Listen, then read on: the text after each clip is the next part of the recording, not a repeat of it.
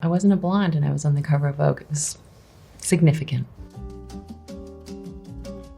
I'm Shalom Harlow, and this is my life in looks.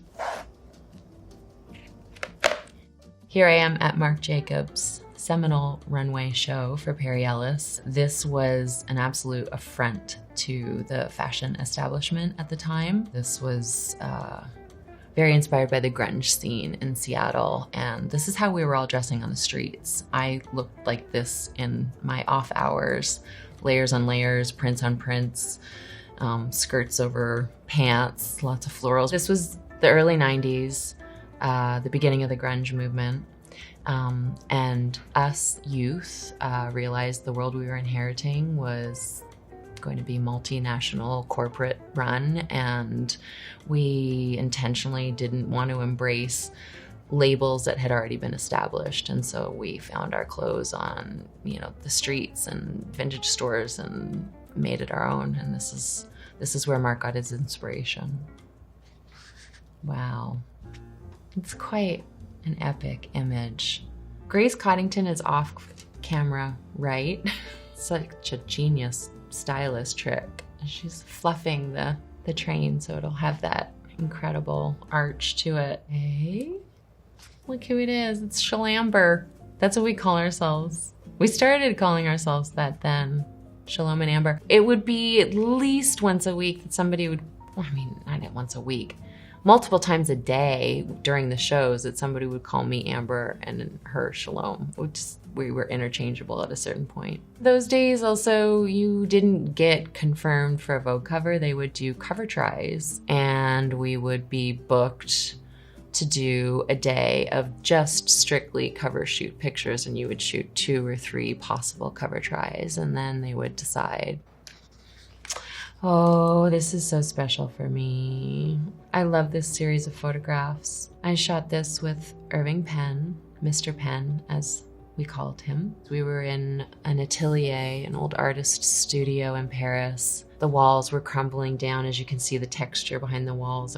People pay money to make that happen in their bathrooms now. This was just legitimately there. This was actually pretty scandalous, this story. They revoked all these Vogues off of the supermarket stands in the South because there's one photograph of me from the side. You can see a little bit of side boob, and that was scandalous. The feeling that I had with that photograph was that I was a young bride-to-be that was about to step into her wedding dress, and the innocence of that moment and that precious passage. It was shocking to me when I heard the news that it was being banned all throughout the South, because it really was so naive. Mr. Penn was known for micromanaging his models in terms of their body language and their movements. And from what I understand, he did that from the beginning of his career. Even in the 50s with those models, he would come up and physically move them the way he wanted to position them. After a couple of times of working with me, he must have decided that my body language was sufficient enough for his standards. So I did not get micromanaged. I got encouraged to move, and that was a privilege. Oh, she is so saucy. Now you have to realize the Todd Oldham show, it was like a New York scene. This was mid-90s. It was just like packed full. And so the encouragement that you would get on that stage to really let your inner freak flag fly was, it was hot. The music was pumping, and I was definitely feeling it. There's some video footage of me overtaking Amber on the runway, which was, everybody makes it into some like, oh, they must have had a little bit of a bitch moment. It was not anything like that at all. It's just, I had a fast clip. I was just feeling the music and walking, and I overtook her. She was extra slouchy that day. She was moving slower than usual. And you can see as we're walking back, I turn to her and I say a few things. The first thing I say is, keep up with me. And then you see me turn and say something else to her. I was like, okay, now turn. So we turned in unison. There's a lot of stories. I really love this moment. I love working with Todd. My first American Vogue cover. To have a brunette on the cover of Vogue was actually kind of semi-revolutionary. I wasn't a blonde and I was on the cover of Vogue. It was significant. Mid-90s minimalist chic. Well, that's an iconic moment for sure. I landed in London straight off the red eye, was shown some rotating platform and told I was going to stand on it. Well, I got sprayed in spray paint, and that was the download. That's all the information I got. There was no rehearsal. I didn't hear the music. I did not know the amount of time sequence that would be involved. This was purely spontaneously improvised, every moment of it. So what you saw was my first instinct responding to the moment. I'm so good with jumping off a cliff into the unknown. I'm kind of more comfortable like that than having too much information. Fashion obviously is a visual art. The piece of music, I think, informed the moment incredibly. The lighting design and just the way that the space held this moment as well. The audience was like wrapped around in a semicircular arena kind of feeling. So he was conjuring a moment and creating it to be. This is taken from the set of Head Over Heels, a romantic comedy that I did in the late 90s. My character, Jade, is one of 3 supermodels that live in an apartment together, and a normal girl moves in with us, and we witness what we think is a murder, and it becomes like a comedic murder mystery, kind of like a Scooby-Doo episode, though. Originally, they had a different stylist on set creating the wardrobe for the looks, and I made a bit of noise.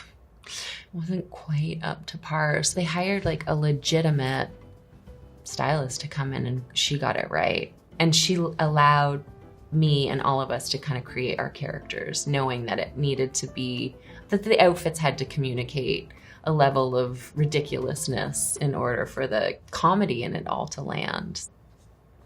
This is How to Lose a Guy in 10 Days. This part was written for me last minute as I got rearranged in the cast list, and they kind of just like made me an appendage to Michelle's character. We were the antagonists, as usual, because we were beautiful.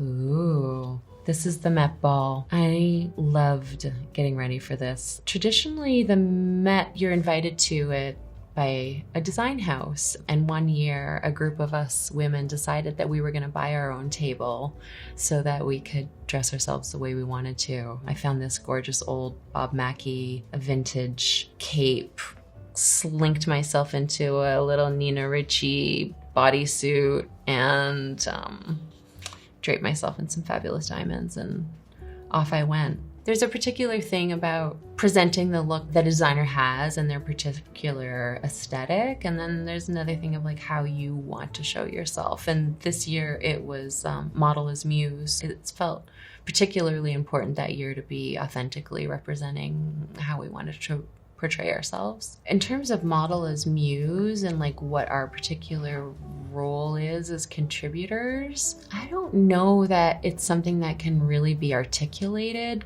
because it is so ephemeral, but there's definitely a talent and a craft to it. And just being able to point an iPhone and take a selfie doesn't make you a supermodel. Sorry, not sorry. Okay, well, this became a moment beyond the scope of what I could have ever imagined. This was my return to modeling after 10 years of an illness in which I recovered from late-stage Lyme and severe black mold poisoning. And so I was not working for close to 10 years. And the first jobs that I did was for Donatella, for Versace. I walked the runway, and then I did this ad campaign afterwards with Steven. And this was when I first understood the power of the internet. This is the video that broke the internet that week. I was just doing what I do on set and moving the way that I felt moved by that particular outfit. The bodysuit just like made me do this particular dance that then became, you know, everywhere. I think most people thought that my smile was responding to that stimuli of welcome, and that was some of it, but it really, the smile was coming from an inner place of I am well enough and I've achieved coming back to the place that I was before this illness took my life away. So that smile was for my own inner achievement. What's next? What is next? the Met Gala, the red bow of all red bows. I think this red bow was 18 feet on both sides, 14 feet. Maybe it started out as 18 and then they cut it back. I said, this needs to come off. And they all looked at me blankly and I said, how am I gonna go to the loo? I can't do that with this bow. You make the bow detachable, rule number 1. Number 2, you've gotta make friends everywhere you go because somebody's gotta help untangle you every 3rd or 4th step. I mean, you inevitably get wrapped around strangers or pillars. It's sort of like Wonder Woman's lasso. Again, just like wheeled them in. Bow was a little unwieldy, but it's looking fantastic in this photograph. And I think at this point, what's really reflected is I just really do feel a lot of inner joy that I have my health recovered. And then to be able to walk the red carpet and a gorgeous Ralph Lauren with that insanely elegant bow, how can you not radiate happiness? And what do we have next? Oh, they made the streets of New York City the runway. It was an incredible fanfare of athletes and different performers and a lot of incredible energy. And the finale of that whole extravaganza was us models walking the streets. And I got to lead the pack to Madonna's Vogue, Vogue, Vogue.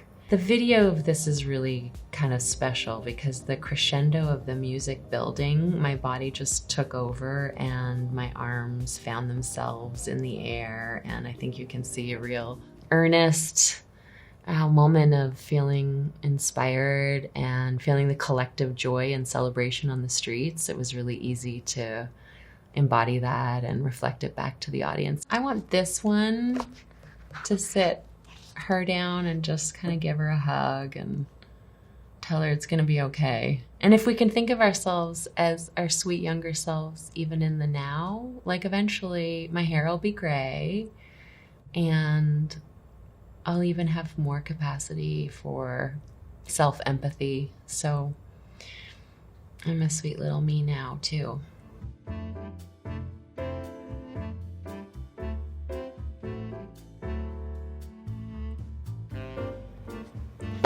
And that was my life and looks.